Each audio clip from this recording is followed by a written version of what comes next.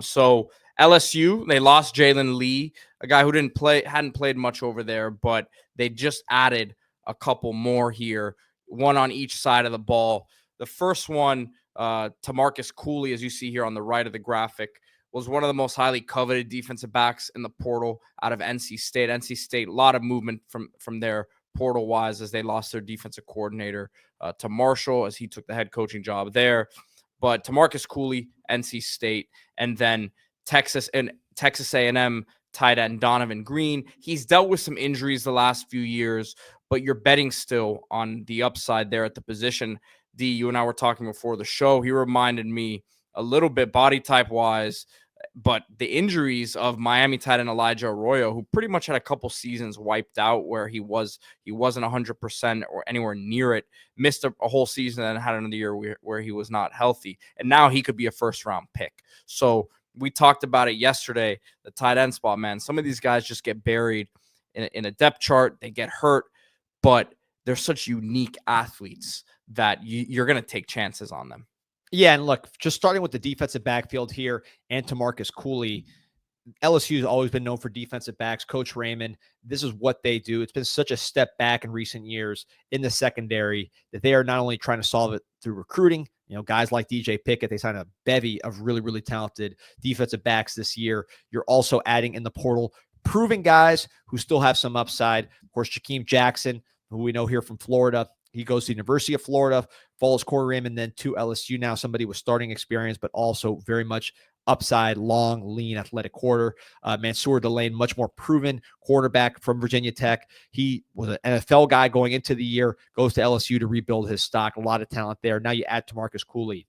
And this is a guy who played a lot for NC State, did a lot of different things. Quote from Coach Doran on him. He said he's in the box, he's setting edges, he's fitting the run, having a number of pass breakups and coverage, big interception, good job fitting formations and surface areas, very good communication-wise, young guy managing all that. It's impressive. So kind of a do-it-all guy for Coach Raymond, a proven player who can help this secondary speed up its development because they just need a lot of work to get to where LSU needs to be.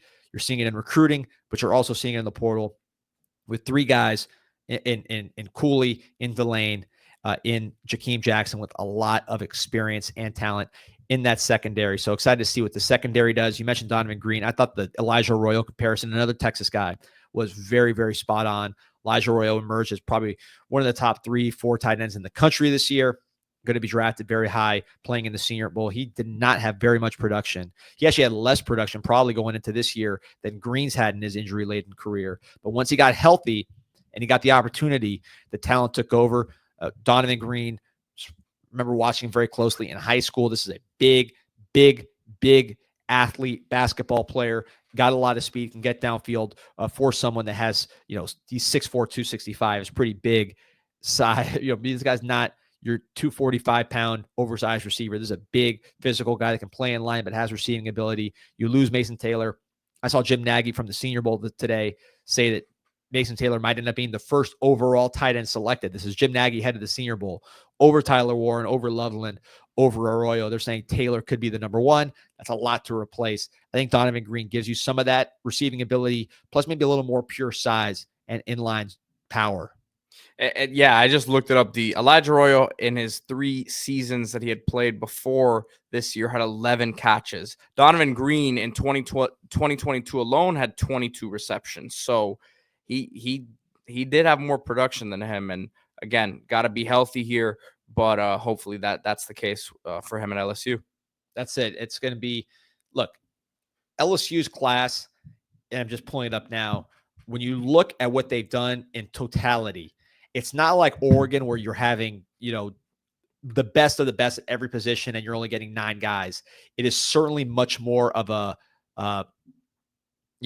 volume approach, 16 transfers, but you're seeing it with interior alignment, Josh Thompson, Braylon Moore. Those guys are going to be physical, get your running game more physical. We already mentioned the overhaul of the secondary. Sider Mitchell getting some size inside at defensive tackle. Patrick Payton, one of the top-ranked players overall in the portal. I believe last I saw he was the 3rd-ranked player in the portal overall. Guy with NFL upside, pass rusher, length. Put him up with Harold Perkins. Now you got a group of some athletic pass rushers. Nick Anderson, big, athletic, super talented young receiver from Oklahoma. That situation's a mess. Goes to LSU, playing with Garrett Nussmeier, a chance to really emerge in what's become the best wide receiver program in the country at Louisiana State. Jack Pyburn, we love what he can do as far as being a physical presence on the edge, coming from Florida. Van Buren as maybe your quarterback of the future, coming from Mississippi State, a young guy to play behind Nussmeier. And then, of course, that receiver, we've talked about it a bunch, with the Berrien Browns of the world and Nick Anderson, different kinds of receivers who can help their passing game get more explosive. Really like what LSU's done in terms of building a whole team while still having returning players like Nussmeier, returning players like Perkins, and some young blue chip talent. The recruiting class was ranked 7th in the country. DJ Pickett, Harlan Berry's going to come in there and run the ball right away. Solomon Thomas, really big physical interior lineman. So you see it all come together. It's going to be all about, can this team play complete football instead of just being so reliant on the passing game?